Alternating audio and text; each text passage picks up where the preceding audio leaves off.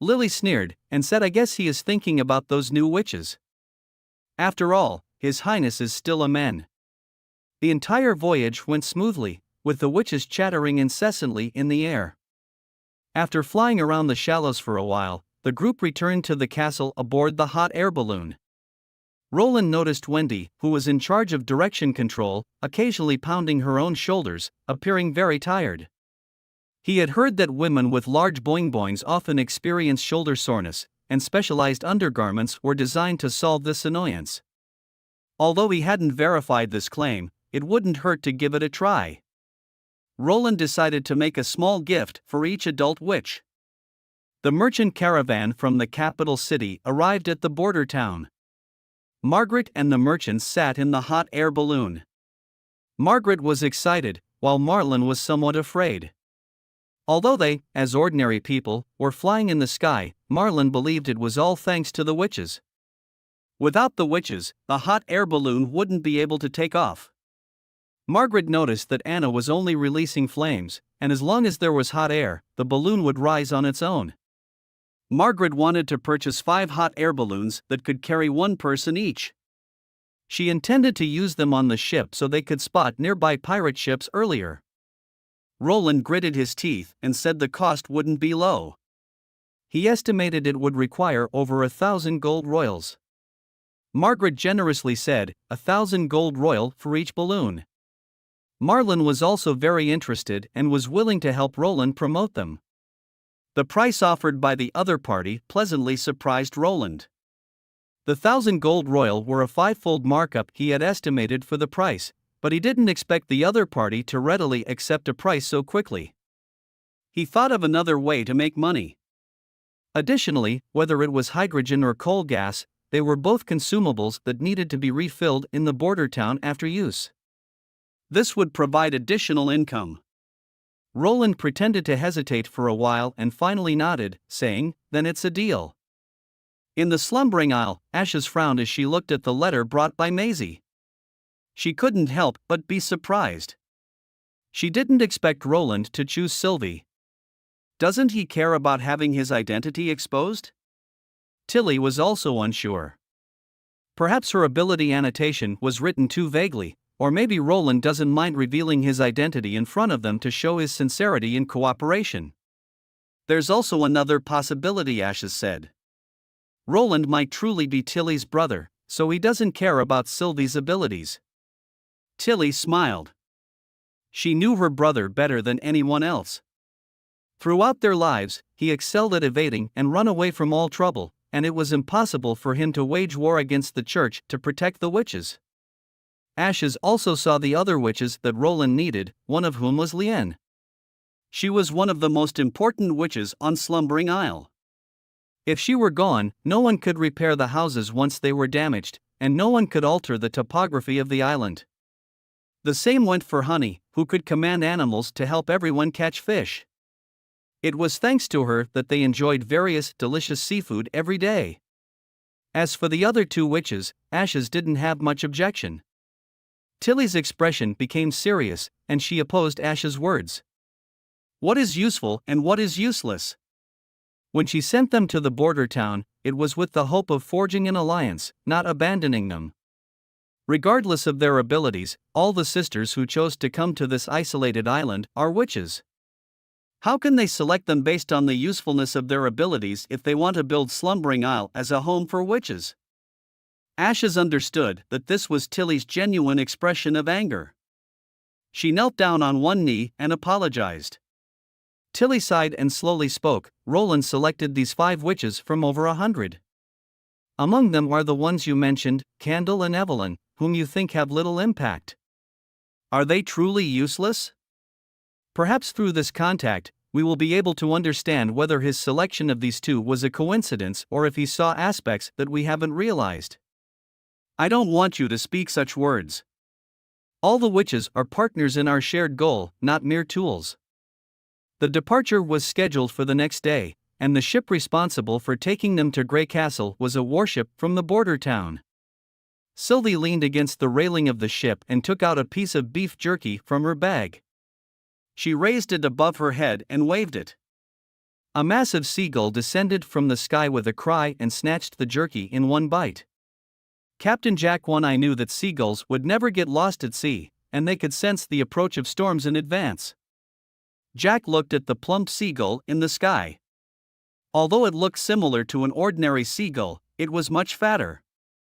This journey was entrusted to Sylvie by Princess Tilly to establish connections and provide mutual assistance with another gathering place for witches. In addition to the chosen 5 renowned witches on board, there were Ashes and Molly. However, they won't stay. Their presence was only to ensure a smooth and safe voyage.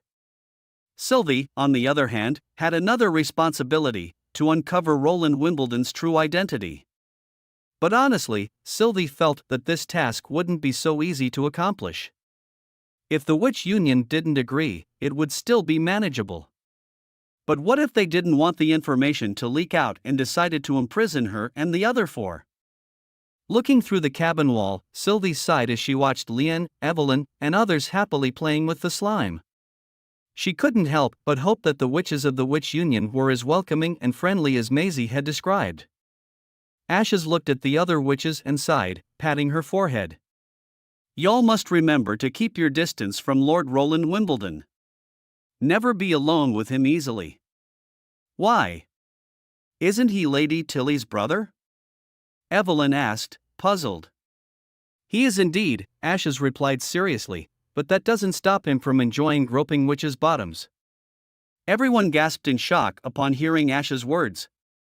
As they approached the shore, Sylvie noticed a peculiar dark shape approaching them.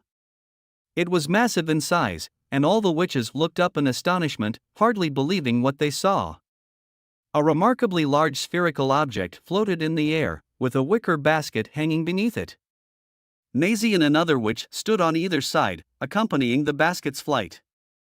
What caught everyone's attention was the long yellow banner hanging from the bottom of the basket, displaying a bold message: "Welcome to the border town."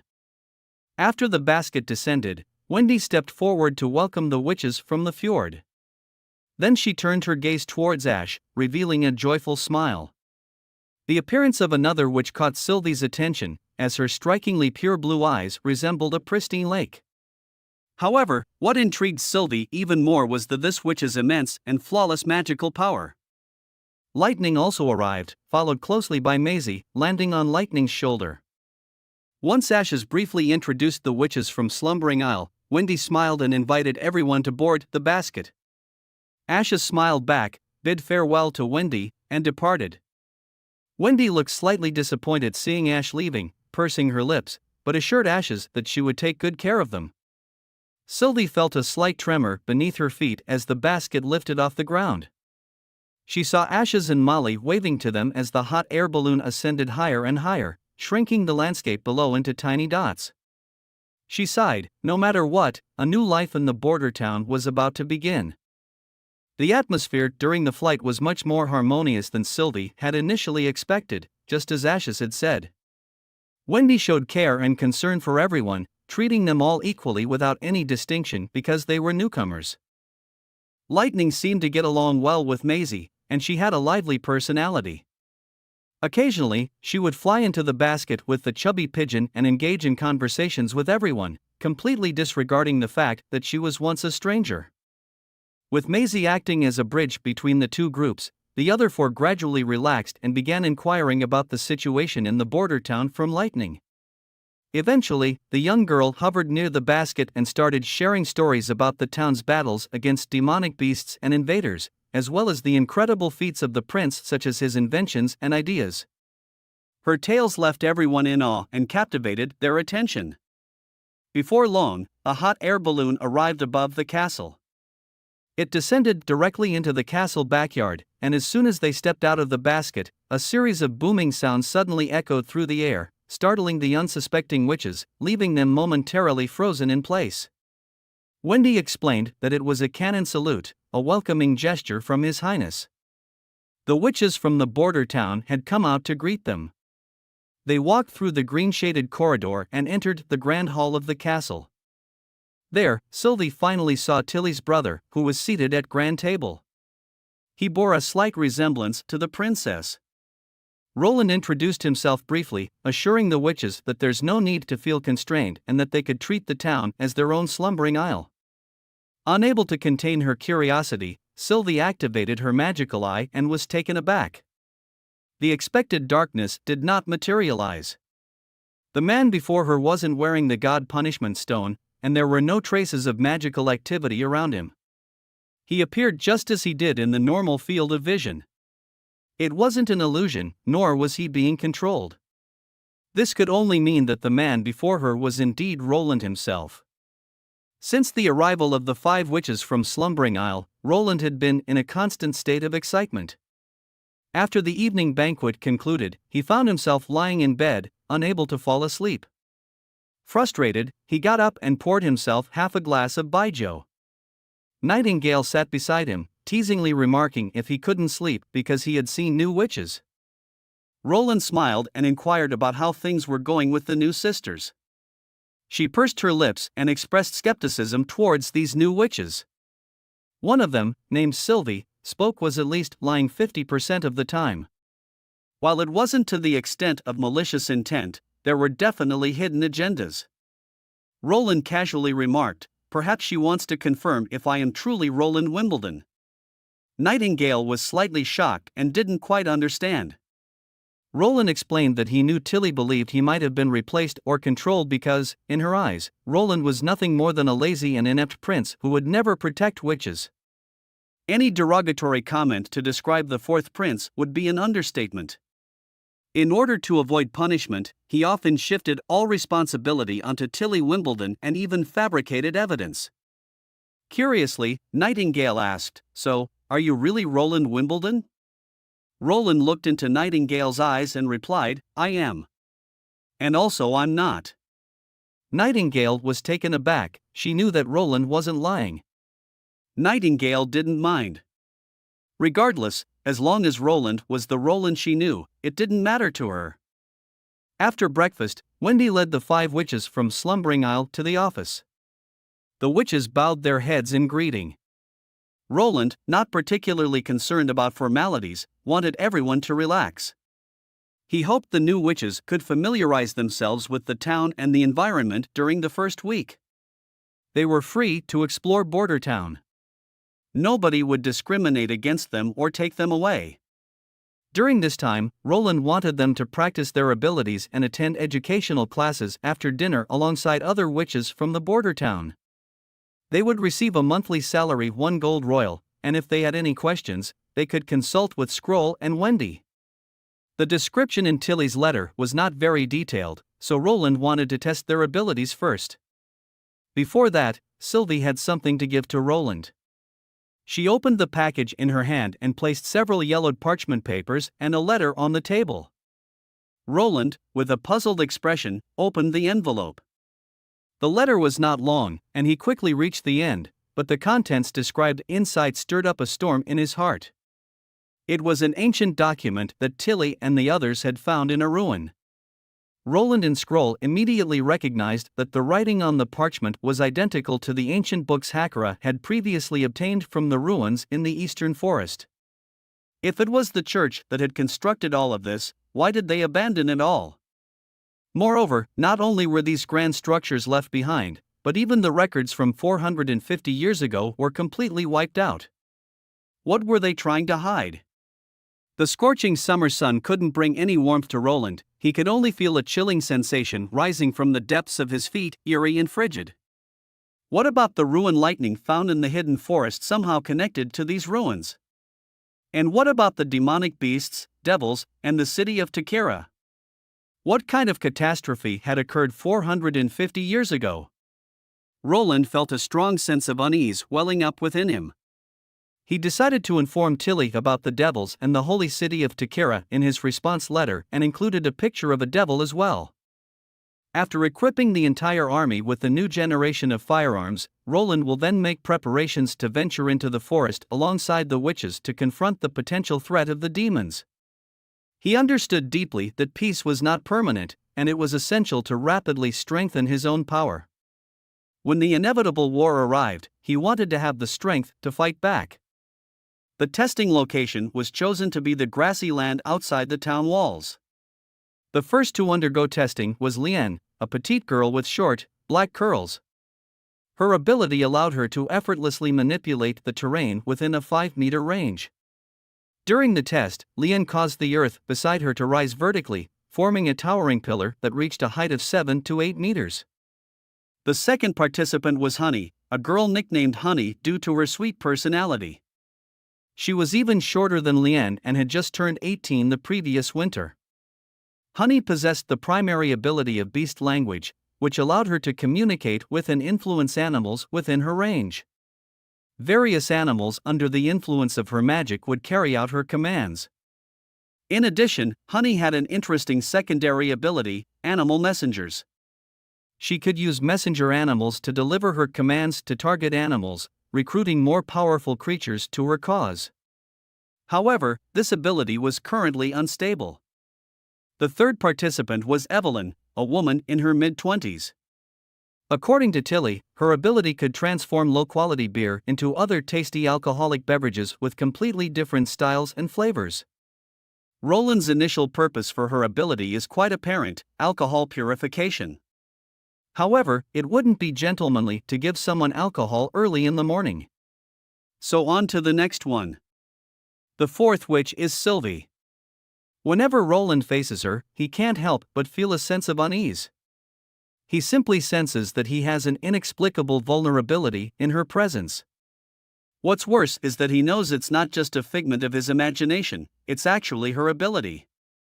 Sylvie possesses a vision that disregards obstacles. As long as she wishes it, his clothes might as well not exist. Roland can't help but sigh inwardly, wondering why he doesn't possess such an ability. Sylvie's long, straight hair falls to her shoulders in a vibrant shade of green. Her ability is quite easy to understand. She can see everything within her surrounding area, including what is behind her. Her vision can penetrate through obstacles. Moreover, she can also see magical energy. The last witch to make her appearance is Candle. Like Anna, she also celebrated her coming-of-age day during the previous month of demons. She now has the ability to maintain the original properties of objects she touches for a certain period of time.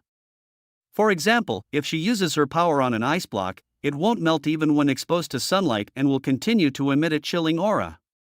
However, after several rounds of testing, Roland realizes that her ability is not as perfect as he had imagined. Candle needs direct contact with the target object, which makes it difficult for her to solidify objects with high temperatures. His plan to obtain a drop of steel that would forever remain in a white-hot state, providing a continuous heat source for the blast furnace, has fallen through. Aside from Anna, no one dares to touch something that reaches thousands of degrees with their bare hands. However, even so, this seemingly introverted girl remained Roland's greatest acquisition. In the realm of industrial production, the solidification of material states can truly be deemed priceless. Subjected to factors such as heating, cooling, friction, and external forces, metals experience structures deform. If a crucial component of a machine can maintain a constant state, it signifies that it can consistently operate at maximum efficiency and precision. In other words, the application of intense heat can effectively enhance the mechanical strength of inferior metals. Emerging from the mist, Nightingale inquired, "Do you have a favorite among these 5 witches?" Roland casually replied, "They are all excellent." "What? You like all of them?" Roland playfully tapped Nightingale's head and she stuck out her tongue in response. Then, together, Roland and Nightingale returned to the castle.